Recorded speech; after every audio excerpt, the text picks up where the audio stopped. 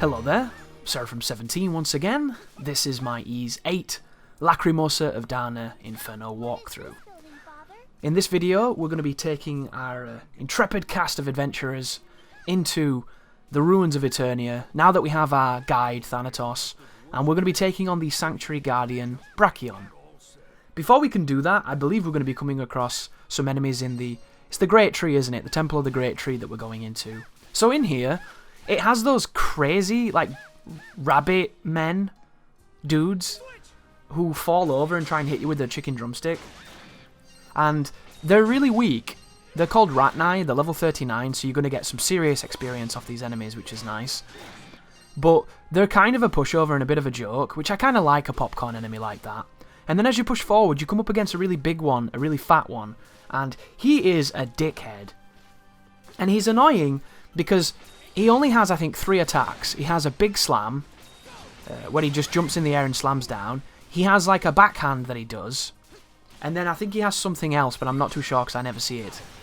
But if he hits the floor and you're stood on the floor, it puts you into a forced, stunned state that's untechable. You can't get out of it.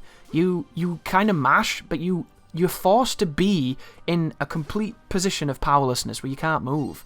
And anything that happens afterwards is nothing to do with you because you can't get out of it. So what will happen is, if you don't parry it, or if you're not in the air when it lands, you can't do anything. And then everything else afterwards is just out of your hands. And it's really frustrating. And it's frustrating because he can do this move in a room when you're not even in the room with him, because he couldn't get through the door. And it's this thing here, the Ratnilada. So if you just wail on him, you'll notice he has an incredible HP threshold too. But watch this move here. If you don't parry that move, he will freeze you and then just wail on you. It's super bullshit, dude. Like, if you've played Demon Souls, because everybody loves a good Souls reference in another game, because Souls games invented gaming and everything in video games. But in Demon Souls, when you go to Latria, there is an enemy there that is infamous, because it freezes you with a fireball, and then it comes up to you and like, rapes your mouth. It's a really annoying enemy. And this guy is kind of that level of annoyance, because you don't expect such a stupid move to do what it does. And of all the things that exist in this game, that's the thing I hate the most.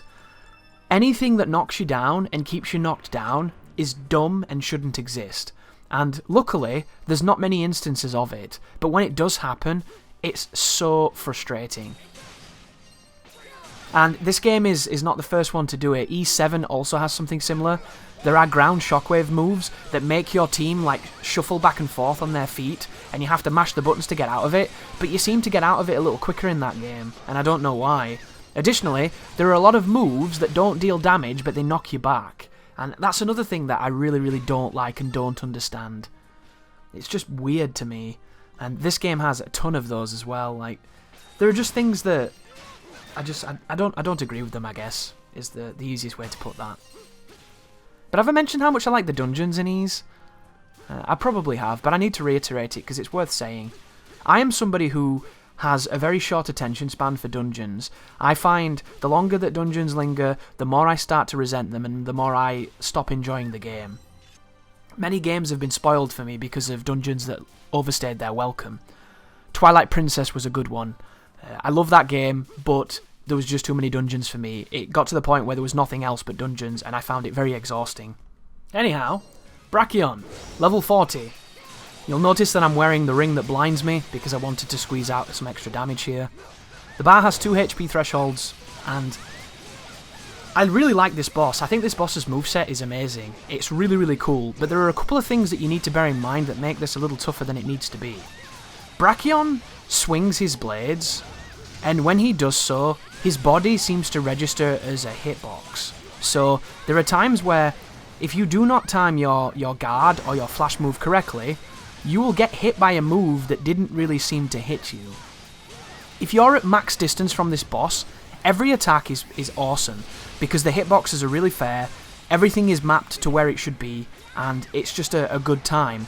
But if you want to be super aggressive like I'm being and stay in his face, you are going to have to dodge a little bit earlier and get your flash move off the forward momentum of his moves. The advantage to this is that if you do flash move first and then stack the flash guard afterwards, you can get so much damage, so much DPS, it's kind of insane. But the downside is, because you're actively seeking to dodge into the boss as he attacks and doing it slightly earlier than you normally would at distance, you can sometimes get clipped. And I got hit a whole bunch of times from silly shit like that. But once you get the rhythm to it, you will understand the feel of it, and you'll embarrass that boss, because it is an exceptionally powerful technique of being aggressive against him. But just flash guard his moves, stack that invincibility. A couple of those moves you don't even have to dodge, because they'll miss you by default if you're just in the middle of his body. But that's something else. Anyhow, thank you for watching. You take care now.